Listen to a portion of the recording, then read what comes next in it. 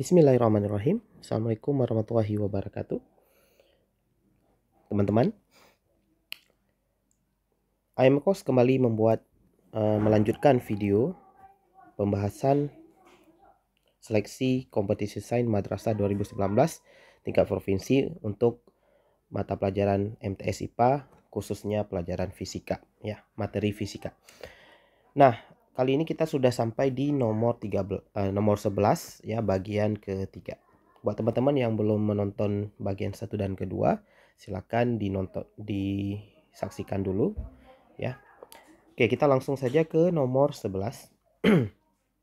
Perhatikan ilustrasi gambar pengendara sepeda motor berikut. Nah, kalau kita lihat di sini, kita perhatikan ada seorang pengendara motor, dia berjalan menuju sebuah kita bilang ini ya, jurang, ya. Di sini ada jurang. Nah, pengendara dan sepeda motornya masing-masing bermasa 10 kg dan 100 kg. Terperosok ke dalam jurang yang disebabkan oleh amblesnya tanah dampak dari gempa bumi yang terjadi. Besar kecepatan sepeda motor sesaat menyentuh dasar jurang adalah. Nah, jadi di sini ternyata dia ingin yang ditanyakan, ya, ini kalau kita perhatikan, besar kecepatan sepeda motor sesaat menyentuh dasar jurang. Nah, artinya apa? Dia ingin bukan ingin jatuh, ya. Artinya apa? Pengendara motor ini nanti dia jatuh ke jurang, teman-teman. Gitu ya, dia jatuh ke jurang. Nah, jadi yang ditanyakan kita adalah kecepatan sepeda motor sesaat menyentuh dasar jurang. Nah, dalam kasus ini itu tidak diberitahu kecepatan awal sepeda motor, teman-teman. Artinya apa? Kita cuma menganggap sepeda motornya itu jatuh, ya. Kalau jatuh itu kita anggapnya gerak jatuh bebas, teman-teman. Nah, ini tentu berbeda seandainya sepeda motor itu punya kecepatan awal ke kanan. Nah, maka kecepatan yang ditanyakan di sini adalah nanti kecepatan ke kanan ditambah kecepatan jatuh, gitu ya. Nah, tapi di sini nggak diketahui kecepatan awal sepeda motor, berarti kita cuma menganggap dia jatuh, ya, seperti dalam soal tadi dia terperosok ke dalam jurang. Nah, kalau gerak jatuh bebas, kecepatan itu bisa dicari dengan rumus cepat akar 2 kali G kali H. Jadi akar 2GH langsung aja. 2 kali gravitasinya 10. Ya. H-nya kita lihat, H adalah kedalaman jurang. Kedalaman jurang itu totalnya adalah 8 meter, ya. 4 ditambah 4, ya. Nah, jadi hasilnya berapa? Akar 2 kali 8 itu 16, berarti akar 160, ya, teman-teman, ya. Akar 160. Akar 160 itu kalau kita sederhanakan itu bisa 16 kali 10, ya kan? Akar 16 itu 4 akar 10 berarti meter per second. Berarti jawabannya adalah yang D, teman-teman. Oke, gitu ya. Selanjutnya soal nomor 12. Ini adalah tentang gambar rangkaian listrik. Di sini kita perhatikan, kita perbesar sedikit, ya, teman-teman, biar gampang. Kita buat ke sinilah, ya. Nah, begini. Jadi kalau kita perhatikan di sini ada saklar, ya. Yang di bawah ini saklar. Kemudian yang di sini yang bergerigi ini adalah hambatan atau resistor, dan yang seperti sama dengan tapi panjang pendek itu adalah baterai, ya. Nah, di sini baterainya 1,5 volt, hambatannya ada 0,5 ohm dan 19,5 ohm. Nah, ini kalau seperti ini dipasangnya, ini adalah dipasang secara seri. Seri berarti R totalnya ditambahin aja 0,5 ditambahin 19,5, tentu pas, ya, 20 ohm. Nah, kemudian V-nya adalah 1,5 volt. Ya, yang ditanyakan dalam soal adalah besar tegangan jepit saat saklar tertutup adalah, artinya terhubung, ya. Tertutup ini, saklar tertutup ini artinya terhubung atau arus mengalir. ya. Jadi di sini dipasang secara seri ya katanya, dengan lampu senter hambatan 19,5 ohm ya. Ditanyakan ke kita adalah besar tegangan jepit saat saklar tertutup ya. Jadi yang ditanyakan ke kita adalah tegangan jepit.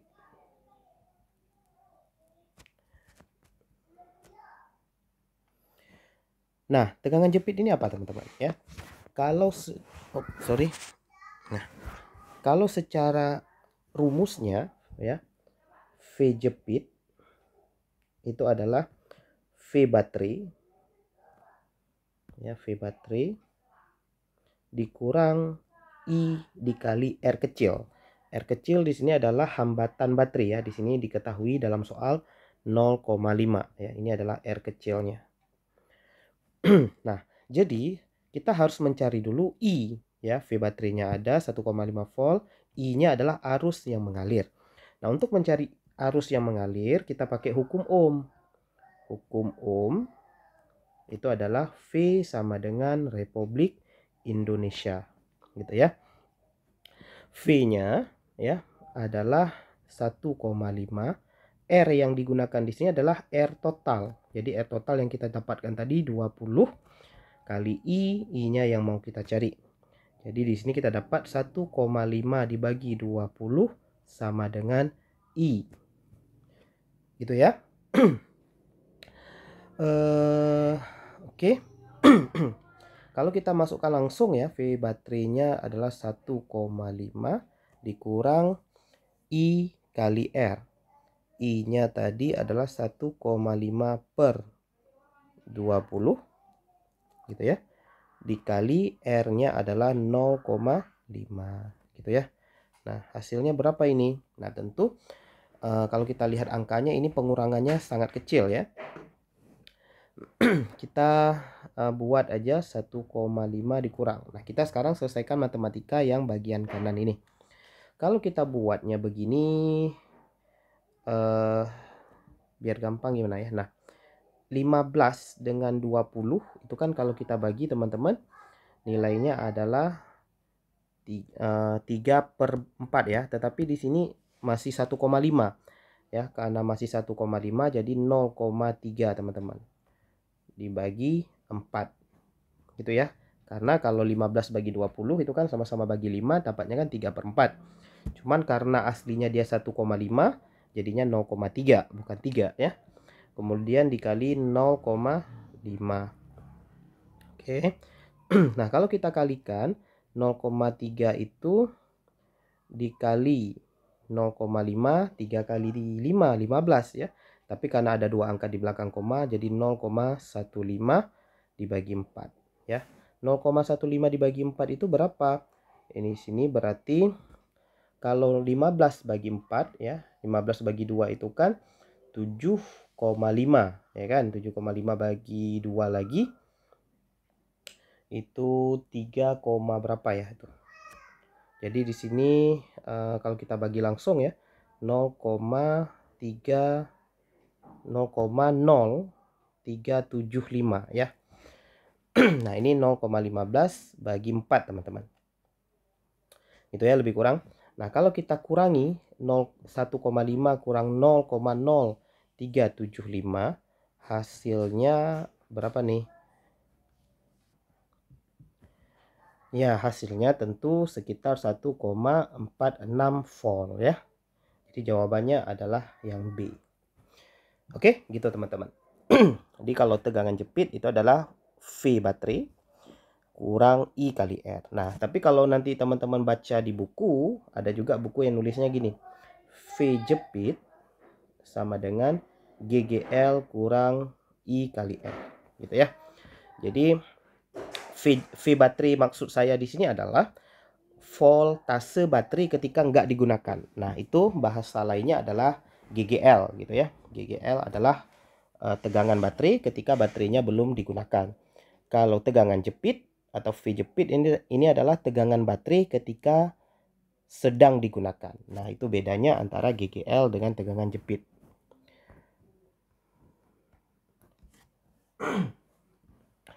Selanjutnya kita lanjutkan soal nomor 13, masih tentang listrik rangkaian. Perhatikan gambar rangkaian listrik berikut.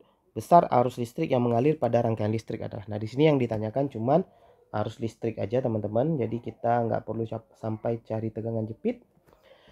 Nah, tapi rangkaiannya di sini adalah rangkaian campuran. Nah, campuran itu adalah ada rangkaian seri dan rangkaian paralel gitu ya. Nah, kalau kita perhatikan di sini 2 dan 3 ini adalah paralel.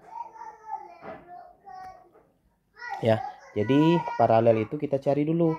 Kalau cuma 2 buah ya, R paralel itu bisa langsung rumus cepat aja. Di atasnya dikali, di bawahnya ditambah gitu ya. Di sini kita paralelkan 2 dengan 3, berarti 2 kali 3 dibagi 2 tambah 3. Jadi di atasnya dikali, di bawahnya ditambah. Ini kalau cuman 2 buah aja hambatan yang paralel ya. Bisa pakai rumus cepat langsung. Berarti nilainya adalah 6 bagi 5. Gitu ya. 6 per 5. 6 per 5 ini berapa sih? Kalau kita buat ya 1,2 ya teman-teman ya. 1,2 ya. Oke. Kemudian setelah kita paralelkan, rangkaiannya itu jadi begini teman-teman. Rangkaiannya itu jadi begini. Nah, begini. Yang di atasnya tadi 2 ohm. Yang di kanannya ini adalah 1,2 ohm yang paralel tadi. Kemudian yang bawahnya adalah 4 ohm. Ya. Maka sisanya di sini adalah rangkaian seri. Ya, kalau ada begini dia langsung nyambung bertiga begini. Mereka bertiga langsung nyambung. Maka ini adalah rangkaian seri. Kalau seri langsung ditambahkan saja. Berarti R seri sama dengan 2 tambah 1,2 tambah 4. Hasilnya adalah 7,2 gitu ya. Ohm. Nah, sekarang kita tinggal cari aja besar arus listrik pakai hukum ohm tadi ya. V sama dengan Republik Indonesia. V-nya baterai 12 volt ya, sama dengan R-nya 7,2 tadi ya. Hambatan total kali I. Berarti nilai I sama dengan 12 dibagi 7,2. Berapa ini? Tinggal dibagi aja kan? Ya, jadi kalau kita bagi tentu hasilnya sekitar 1,67 ampere gitu ya. Jawabannya yang C berarti teman-teman. Oke, kita lanjutkan soal nomor 14. Pada gambar sistem kator berikut, berat benda A dan E masing-masing 100 Newton dan 10 Newton. Tali AC horizontal dan tali AB sejajar bidang. Serta bidang miring dan katrol licin. Besar sistem setimbang untuk berat D adalah, yang ditanyakan adalah berat D ya. Jadi kita gambar dulu gaya-gaya yang bekerja pada benda. Di D ini ada berat D. Ini yang ditanyakan teman-teman. Di atas ini itu D diikat dengan tali, berarti ada tegangan tali. Nah, agar seimbang kita bisa katakan berat D itu harus sama dengan tegangan tali.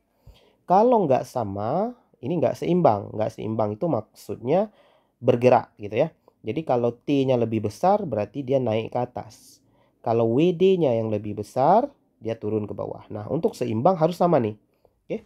Kemudian di yang atas ini juga ada tali teman-teman ya kan? Ada tali di sini. Nah, ini sama. T ini dengan T ini tentu sama ya. Sama karena mereka masih satu tali. Oke. Kemudian yang A itu ada beratnya ke bawah. WA. Nilainya tadi 100 Newton. Kemudian si E juga ada beratnya di sini. WE. Nilainya cuma 10 Newton. Nah, kita perhatikan si E teman-teman. Si E juga ada tali ke atas. Nah, ini juga sama konsepnya. Berat E harus sama dengan tegangan tali di atas. Ya. Nah, ini kita buat T-aksen ya. Karena tegangan tali yang kiri dengan yang kanan itu berbeda. Ya, yang tali di B tadi dengan tali di C ini berbeda teman-teman ya. Kalau beda tali tegangannya berbeda ya. Tapi kalau satu tali masih sama. Nah, kemudian tali yang mengikat E ini dia masih keikat ke balok juga di sini. Ya, jadi masih keikat ke balok di A, nariknya ke kiri ya, gitu ya. Jadi di sini ada T aksen juga. Nah, kalau kita lihat gambar seperti ini, agar sistem seimbang, ya fokus kita adalah ke A. Fokus kita adalah yang A karena dia di tengah gitu ya. Kalau kita lihat si A, kita gambar ulang di sini teman-teman. Ya, si A ini. Dia tuh ketarik ke atas oleh si T tadi. T ini sama dengan WD. Oke. Dia ketarik ke kiri oleh T aksen. T aksen ini sama dengan WE. Gitu ya. Paham ya teman-teman ya? Karena masih satu tali dengan si E, dengan berat E. Kemudian si A ini ada berat ke bawah, ini adalah WA. Nah, agar seimbang, maka kita harus memperhatikan gaya yang segaris. Ya, gaya yang segaris. Kalau kita lihat ini kan T-nya ke atas, WE-nya agak mereng, ininya ke mereng. Jadi nggak segaris. Kita harus memperhatikan gaya yang segaris. Gitu ya. Nah, jadi kalau kita lihat ya, WA dan T aksen ini harus kita uraikan namanya. Ya. Jadi kalau pada bidang miring seperti ini kan ada bidang miringnya ya. Nah, ini ada bidang miringnya. Gini lebih kurang kan? Ada sudutnya 30 derajat. Nah, ini teman-teman harus sudah belajar bagaimana menguraikan gaya ya. Di sini kita langsung pakai saja. Jadi WA-nya kemari ya, nilainya adalah WA sin 30 ya. Jadi teman-teman harus belajar dulu ada sin, ada cos gitu ya. Nah, ini juga salah satu materi wajib untuk olimpiade ya. Jadi harus tahu trigonometri. Nah, kemudian yang TE-nya juga diuraikan ya. TE-nya diuraikan. Nilainya adalah WE cos 30. Ya, jadi kalau WA-nya sin 30, kalau WE-nya cos 30. Nah, jadi kita tinggal buat gini ya agar seimbang ya. WD ya, WD itu harus sama dengan yang segaris dengan WD ya. Adalah WE cos 30 ditambahkan WA sin 30. Gitu ya teman-teman. Jadi logika sederhananya itu sama seperti gini. Ke kanan ada WD, ke kiri itu ada F1 dengan F2. Nah, ini kita tentu bilangnya ke kanan dengan ke kiri gitu harus sama kuat gitu ya, kayak orang tarik tambang gitu ya. Yang ditarik ke kanan dengan yang ditarik ke kiri F1 dan F2 itu harus sama, baru seimbang. Nah, gitu ya. Nah, kebetulan aja sekarang baloknya lagi mereng gitu. Maka yang kita cari lihat adalah keseimbangan gaya yang segaris dengan WD, walaupun dia mereng nggak apa-apa gitu ya. Oke. Di sini kita masukkan WE berarti 10 cos 30 adalah setengah akar 3. WA adalah 100 kali setengah. Maka hasilnya 5 akar 3 ditambahin 50. Nah, 5 akar 3 itu sekitar 8,5 gitu teman-teman ya. Jadi hasilnya adalah 58,5. Jawabannya B berarti. Oke, selanjutnya kita lanjutkan soal nomor 15. Sebuah mobil mula-mula diam. Kemudian mobil tersebut dihidupkan dan mobil bergerak dengan percepatan tetap 2 meter per second kuadrat. Setelah mobil bergerak selama 10 second, mesinnya dimatikan. Sehingga mobil mengalami perlambatan tetap dan mobil berhenti 10 second kemudian. Jarak yang ditempuh mobil mulai dari saat mesin dimatikan sampai berhenti adalah. Nah, ini tentang gerak ya teman-teman, GLBB. Karena ada percepatan. Kalau nggak ada percepatan, dia namanya GLB. Kita gambarkan keadaannya. Mula-mula diam. Kalau diam itu V1-nya 0. Tapi dia dipercepat dengan percepatan 2 meter per second kuadrat selama 10 second. Nah, tentu setelah 10 second ini dia ada jarak yang dia tempuh di sini ya, S1. Nah, kemudian mesinnya dimatikan. Nah, di sini tentu udah ada V2, kita nggak tahu berapa, kita harus cari dulu. Nah, setelah dimatikan mesinnya, ternyata dia berhenti selama 10 second. Oh, itu berarti S2-nya sama dengan S1 teman-teman ya. S2 dengan S1 itu nilainya sama karena dipercepat dan diperlambat waktunya sama gitu. Jadi kita nggak perlu cari 2 kali, kita cukup cari 1 kali aja. Yang ditanyakan adalah jarak tempuh mobil mulai dari saat mesin dimatikan sampai berhenti. Artinya apa? Yang ditanyakan sebenarnya adalah S2 teman-teman. Tetapi kita bisa cari S1 aja karena S1 sama dengan S2 nilainya ya. Nah, jadi kita pakai rumus GLBB yang rumus S sama dengan V0 kali T ditambah setengah kali A kali T kuadrat. V0-nya ini di sini adalah V1 teman-teman. T-nya adalah nanti 10 gitu ya.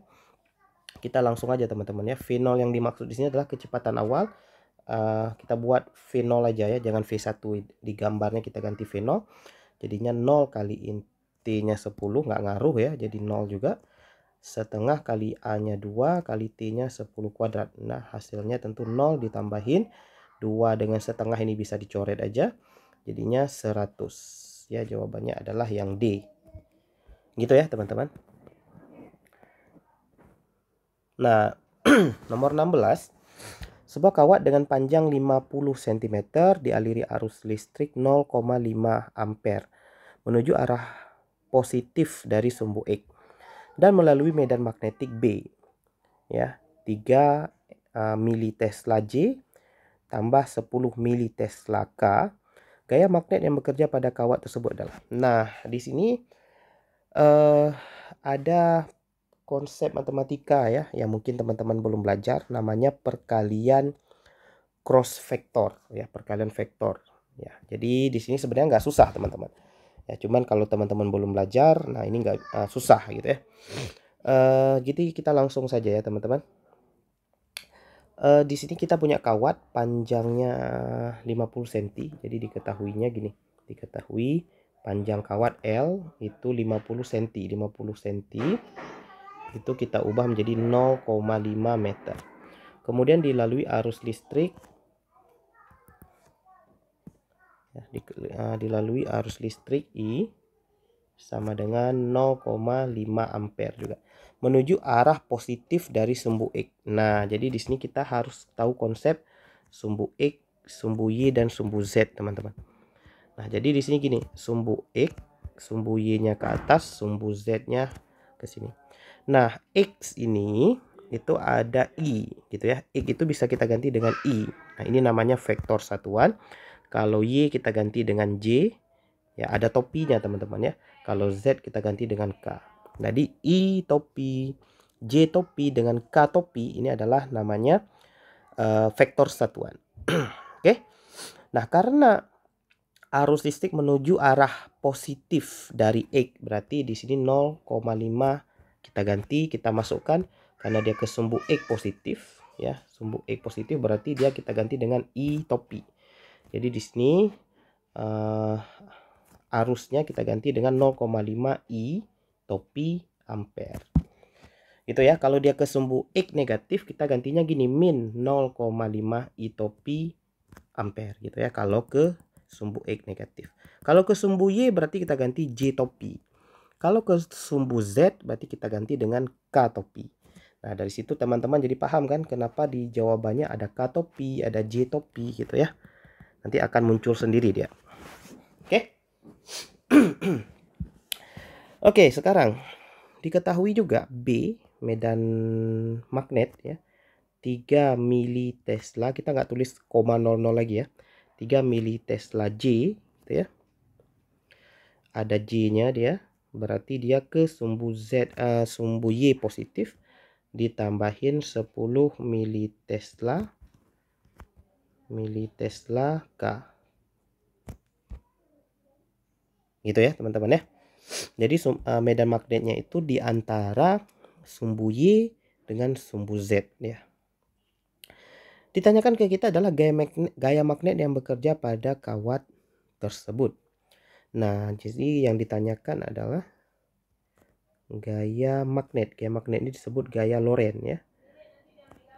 Gaya Lorentz itu rumusnya adalah I cross ya, I cross B kali L. Ya, jadi I dikali B dikali L lagi. Tapi I dengan B yang dikali ini itu mereka perkalian vektor, namanya vektor itu ada panah di atasnya. Nah, ini sifatnya gini teman-teman ya. Jadi nggak perlu khawatir, ini gampang aja sebenarnya. Jadi kalau kita buat gaya Lorentz sama dengan I kali B dulu yang kita cari. I kali B itu artinya gini, 0,5 I. Nah, ini si I-nya tadi. Kita kalikan dia dengan si B. Kita kalikan dengan si B. Si B-nya adalah 3J. Ya, 3 mili ya. 3 mili Tesla. Mili itu artinya kali 10 min 3. Ya, tahu ya teman-teman ya. M yang ada di sini ini namanya mili. Mili ini adalah 10 min 3 ya. Ini nilainya J ya. T itu Tesla, kita nggak perlu tulis lagi, itu cuma satuan aja. Ditambahin 10 kali 10 min 3 karena dia mili juga. Kemudian di sini adalah K. Ya, kemudian tutup kurung dulu. Kita kalikan dengan si L. L-nya adalah 0,5 meter. Gitu ya. Nah, sekarang sama seperti biasa teman-teman. Jadi ini dikalikan ke sini dulu, kemudian dikalikan ke sini. Gitu ya. Jadi dikalikan kayak A dikali B tambah C. Kan jadinya A kali B, A kali C. Gitu ya teman-teman kan. Jadi sama aja. Nah, tapi ada tapinya sedikit ya. Aturannya gini. Aturan perkaliannya. Kalau I ketemu dengan I atau J ketemu dengan J atau K ketemu dengan K, itu hasilnya 0. Oke. Misal di sini teman-teman 0,5 I kali 3 kali 10 min 3 I juga ternyata. Nah, itu berarti 0 hasilnya, nggak perlu dikali karena I ketemu dengan I. Tapi di sini I bukan ketemu dengan I, tapi I ketemu dengan J dan I ketemu dengan K. Gitu ya.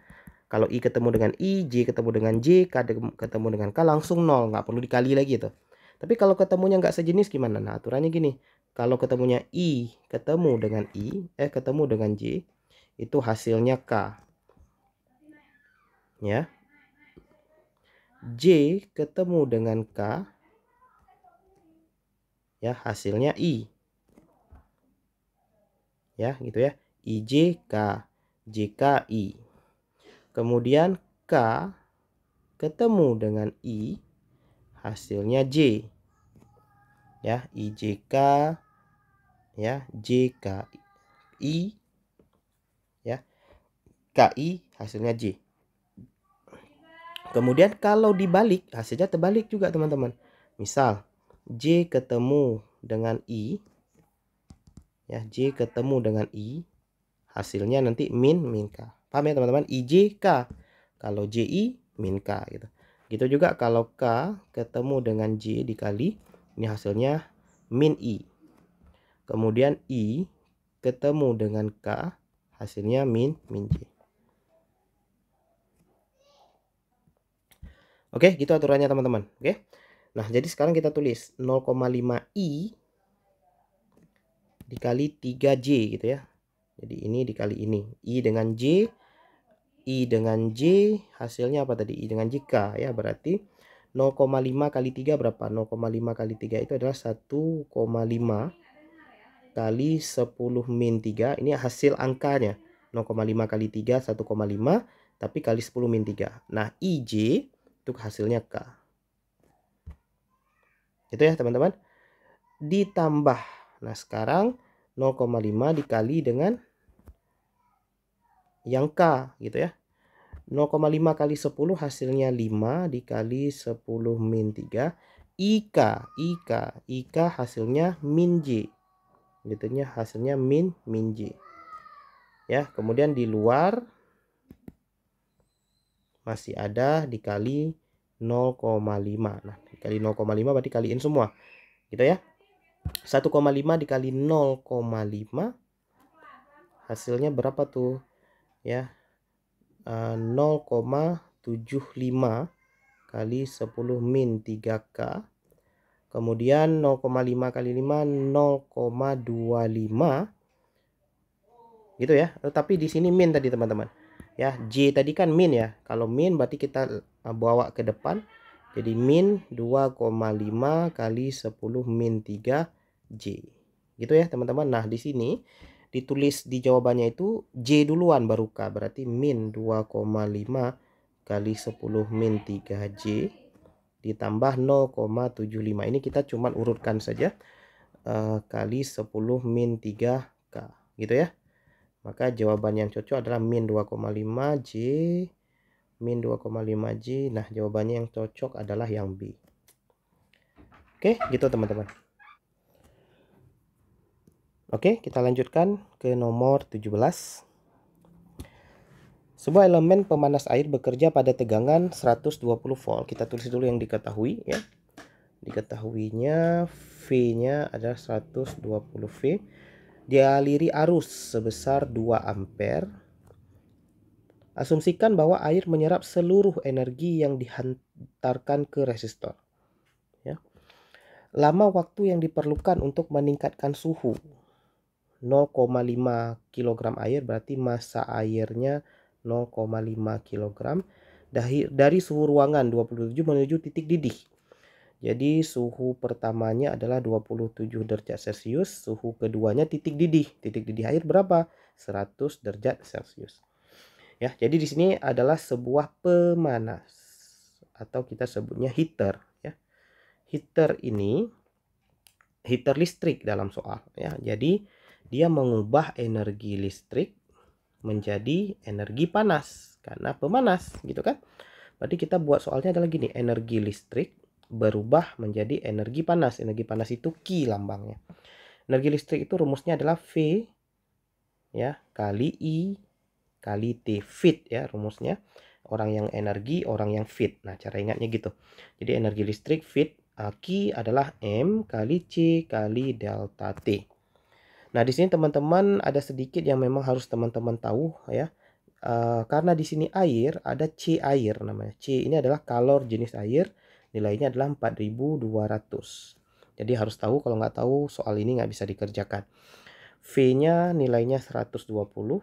Ya, ini namanya saya lupa bilang kalor jenis. Silahkan teman-teman nanti baca tentang kalor jenis ini yang kalau teman-teman belum belajar ya. Jadi V-nya 120, I-nya 2, T yang ditanyakan ya. Karena dalam soal yang ditanyakan lama waktu. Berarti T yang ditanyakan.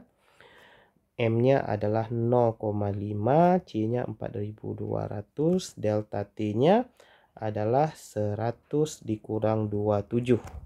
Gitu ya. Karena delta T itu perubahan suhu. Suhunya berubah dari 27 menjadi 100. Berarti 100 dikurang 27. Udah sampai sini kita tinggal selesaikan matematikanya aja. Teman-teman bisa coret-coret ya. Kalau kita buat ini tetap aja dulu 120 kali 2 kali T. Ya, kemudian di sini nolnya kita coret 1. 0,5 itu satu angka di belakang koma, berarti nilainya tinggal 5 kali 4 20. 100 kurang 27 itu tentu nilainya 73 ya. Ya. Kok koma 3 sih? 73.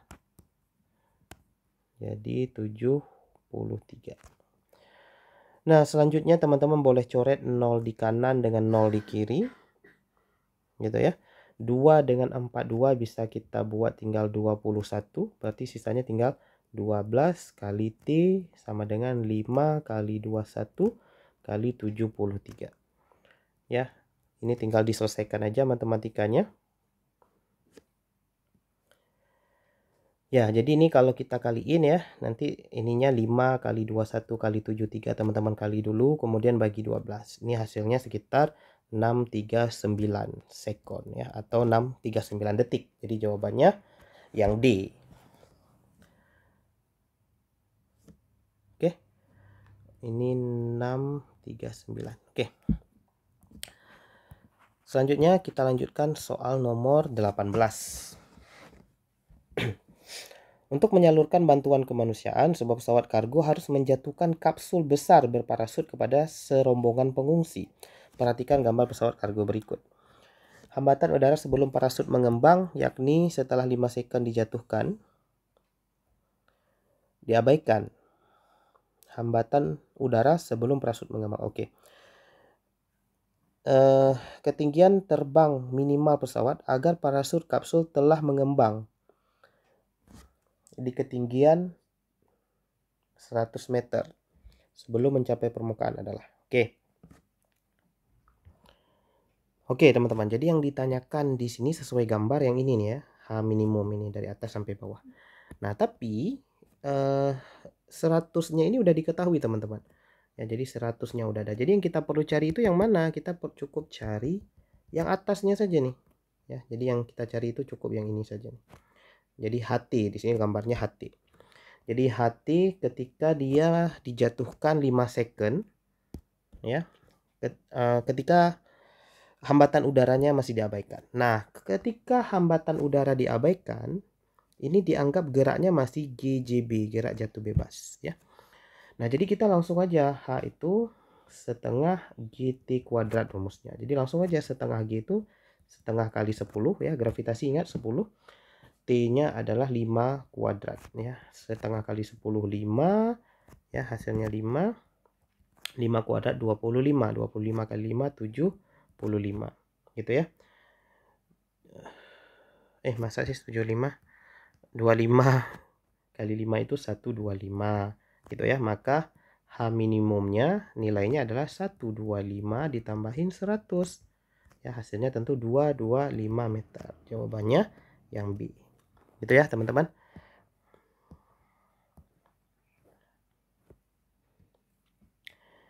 Oke, nomor 19. Sebuah granat yang diam tiba-tiba meledak dan pecah menjadi dua bagian yang bergerak dalam arah berlawanan.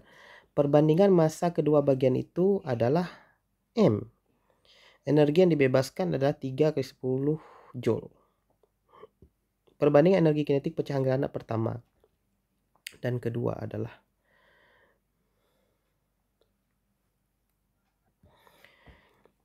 Nah, untuk soal ini teman-teman ya, kalau menurut saya pribadi, ada yang ketinggalan di soalnya di bagian M-nya nih ya. Jadi kurang, informasinya kurang. Perbandingan massa.